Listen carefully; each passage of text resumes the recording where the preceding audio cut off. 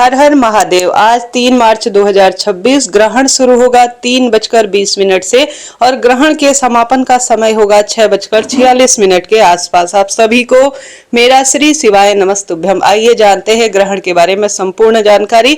सूतक कब से लगने वाला है, आपके क्षेत्र में ग्रहण कितने बजे से दिखाई देगा, ग्रहण के बाद और ग्रहण से पहले आप सभी को क्या क्या काम कर लेने चाहिए, भगवान के पट कब से बंद होंगे, गर्भवती महिला क्या करे क्या नहीं, इस वीडियो में आपको संपूर्ण श्रेष्ठ जानकारी मिलेगी। आप अंत तक बने रहें।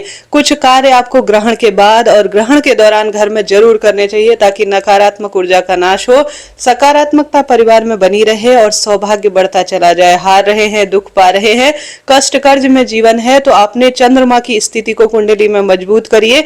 आपके रोग दोष कष्ट संकट पीड़ा से मुक्त जीवन होगा। आप जानते होंगे ग्रहण के दौरान कई तरह की मंत्र तंत्र और कई तरह की रोग मुक्ति की साधना की जाती है जो कि शास्त्रों में वर्णित है। आप जानते होंगे 3 मार्च 2026 ग्रहण हमें प्राप्त हो रहा है ठीक जो होली है उस दिन, और 4 मार्च 2026 को रंगों वाली होली खेली जाएगी। 3 मार्च का दिन ग्रहों के हिसाब से बहुत ही उथल पुथल का होने वाला है। ग्रहण, भद्रा, होली सब एक साथ पूरे जीवन को प्रभावित करने के लिए है। आप सभी जानते होंगे ग्रहण में सबसे पहले 9 घंटे पहले सूतक शुरू हो जाता है, परंतु इस बार जो यह ग्रहण और सूतक है यह सभी क्षेत्रों में थोड़ा बहुत जो अंतर है वह हर स्वरूप में रहेगा और जीवन को सीधा यह प्रभावित करेगा। जैसे कि आप जानते होंगे चंद्रमा मन और मस्तिष्क के कारक है और महादेव के मस्तक पर चंद्र देवता पूर्ण रूप से विराजित है। ऐसे में चंद्रमा अगर खराब स्थिति में होते हैं तो जीवन हमेशा ही दुर्भाग्य से बना रहता है, रोगी वह व्यक्ति रहता है, ऐसा ज्योतिष में वर्णन मिलता है। 9 घंटे पहले से सूतक शुरू हो जाता है। ऐसे में 3 मार्च 2026 को सूतक शुरू होगा सुबह 6:20 से। 6:20 से पहले आप तुलसी माता के पूजन, दीपदान की प्रक्रिया, सूर्य भगवान को जल चढ़ाने, भगवान को भोग प्रसाद लगाने के संपूर्ण कार्यों को पूर्ण कर लीजिएगा। 6:20 से भगवान के मंदिर के पट, घर के मंदिर के भगवान के पट बंद हो जाएंगे, तुलसी नहीं तोड़ी जाएगी। तो आप सभी तुलसी के पत्ते खाने वाली वस्तु में पहले से रख लीजिए, परंतु पूरे 9 घंटे गर्भवती महिला सूतक के नियमों का पालन नहीं कर पाती है, ऐसा शास्त्रों में वर्णित है।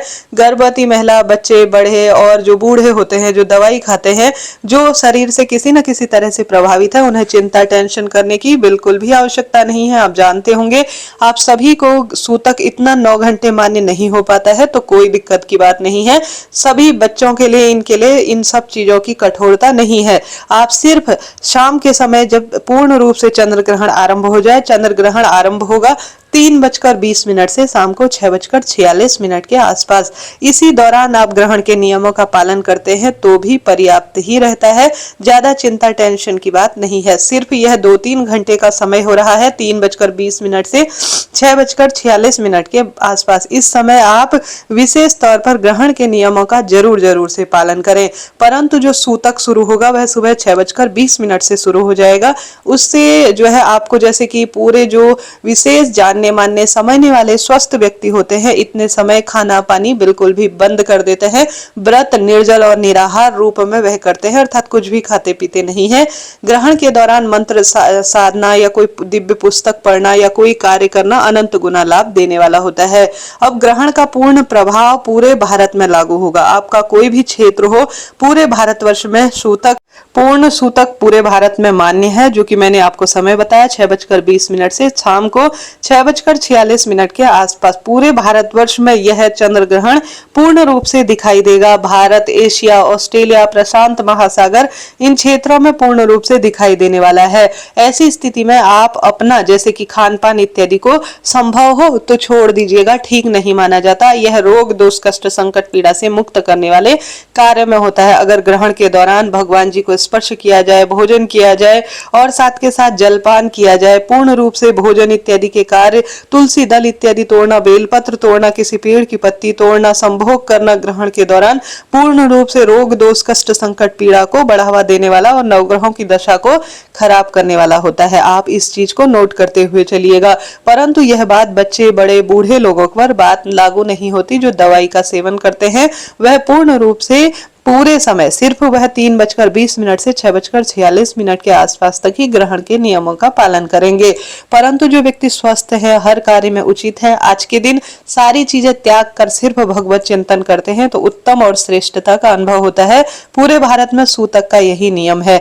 जिनके यहाँ भी 3 तारीख को होलिका दहन हो रहा है, वह जो है 6:20 के बाद जब सूतक समाप्त हो जाएगा फिर अपने घर को शुद्ध करेंगे, गंगा जल इत्यादि से छिड़काव कर कर स्नान करेंगे, फिर भगवान को स्नान कराकर दीपदान या पूजन का जो नियम है वह लेंगे। फिर विशेष तौर पर होलिका दहन किया जाएगा और होली की पूजा परिक्रमा 6:20 के बाद ही इस बार होने वाली है। तो एक एक चीज को आप नोट करिएगा, तभी आप पूर्ण रूप से समझ पाएंगे। अब ग्रहण के दौरान गर्भवती महिला क्या करे क्या ना करे, कोई प्रश्न हो आप कमेंट्स में पूछे। आपका अपना चैनल है।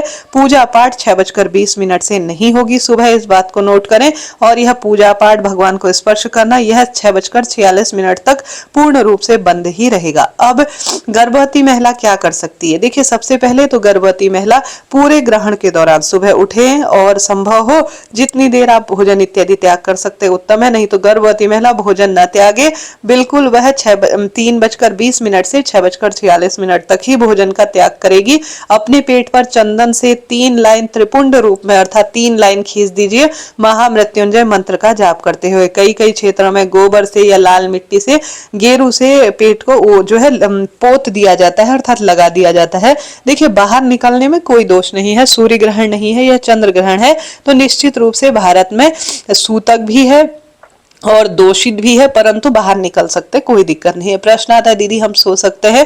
बिल्कुल, सोने में भी कोई दोष नहीं है, आप निश्चित रूप से सो सकते हैं, परंतु जितना संभव हो थोड़ा सा लेट जाए, बैठ जाए और भगवान के नाम को, चिंतन को आप ज्यादा से ज्यादा करें। परंतु आपकी परिस्थिति ऐसी है कि आपसे नहीं बैठा जाता है और आपकी तबीयत इस तरह से खराब रहती है जैसे कि बार बार नींद आती है, जो गर्भावस्था होती है, तो निश्चित रूप से आप सो सकते हैं। गर्भवती महिलाओं के लिए कठिन नियम नहीं है, परंतु गर्भवती महिला छुरी, चाकू और नुकीली जो चीजें होती हैं उनका बिल्कुल भी प्रयोग ना करें और भगवत चिंतन करें, हनुमान चालीसा का पाठ करें, नाम जाप करें, राधा राधा नाम या श्रीमद् भगवत गीता, हनुमान चालीसा, जो भी आपसे बन पड़े, भगवत नाम चिंतन को प्राथमिकता दीजिएगा। इस बात का आप ध्यान रखिएगा।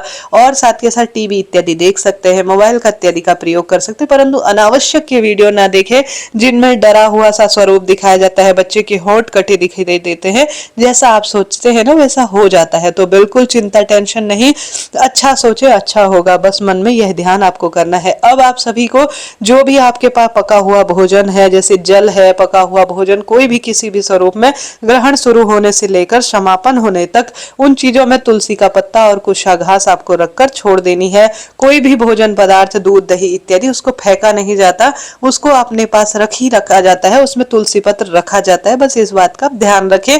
जो चीज आप छोड़ गए हैं, जिसको आपने तुलसी पत्ता और कुशा नहीं डाली है, तो निश्चित रूप से उसे आप फेंक सकते हैं, परंतु सब चीजों में तुलसी का पत्ता और कुशा घास आप रखकर छोड़ दीजिएगा। ठीक है, इस बात का ध्यान रखें।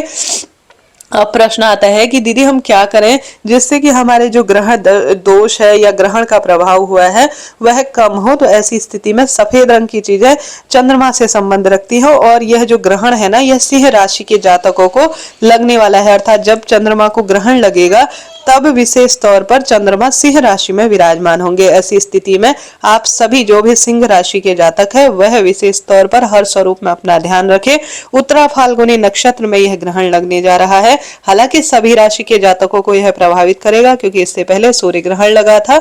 सूर्य ग्रहण और सूर्य और चंद्र देवता प्रत्यक्ष देवता है, वही अगर ग्रसित होते हैं तो मानव जीवन पर इसका सीधा प्रभाव पड़ता है। देखिए, राशियों पर, सभी 12 राशियों पर असर होगा, परंतु जो चंद्रमा जिस राशि में रहेंगे, सिंह राशि में जब ग्रहण लगेगा तो उस दौरान विशेष तौर पर सिंह राशि के जातकों को विशेष अपना ध्यान रखना है, वाहन चलाते हुए या हर स्वरूप में।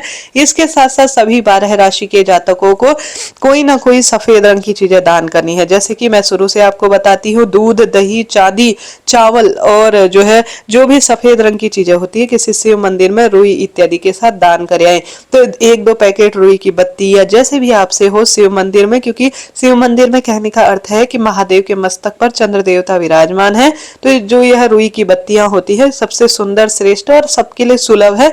दान कर आते हैं, वहां इन बत्तियों का प्रयोग होता है। कोई इन्हें पुजारी शिव मंदिर में जलाते हैं तो इसका सीधा प्रभाव मन मस्तिष्क पर पड़ता है। रोग दोष कष्ट संकट पीड़ा से मुक्ति मिलती है। घी का आप दान कर सकते हैं। घर के सदस्यों का हाथ का स्पर्श कराकर 1.25 किलो चीनी का दान कर सकते हैं। दूध दही का दान करने से भी लाभ ही लाभ देखने को मिलता है। तो इस तरह से यह ग्रहण की मैंने आपको पूरी जानकारी दे दी। वीडियो उचित उपयोगी रहती है तो राधे राधे लिखे। कोई प्रश्न हो तो निश्चित रूप से आप पूछ सकते हैं। सभी राशि के जातकों को यह उपाय करना ही चाहिए।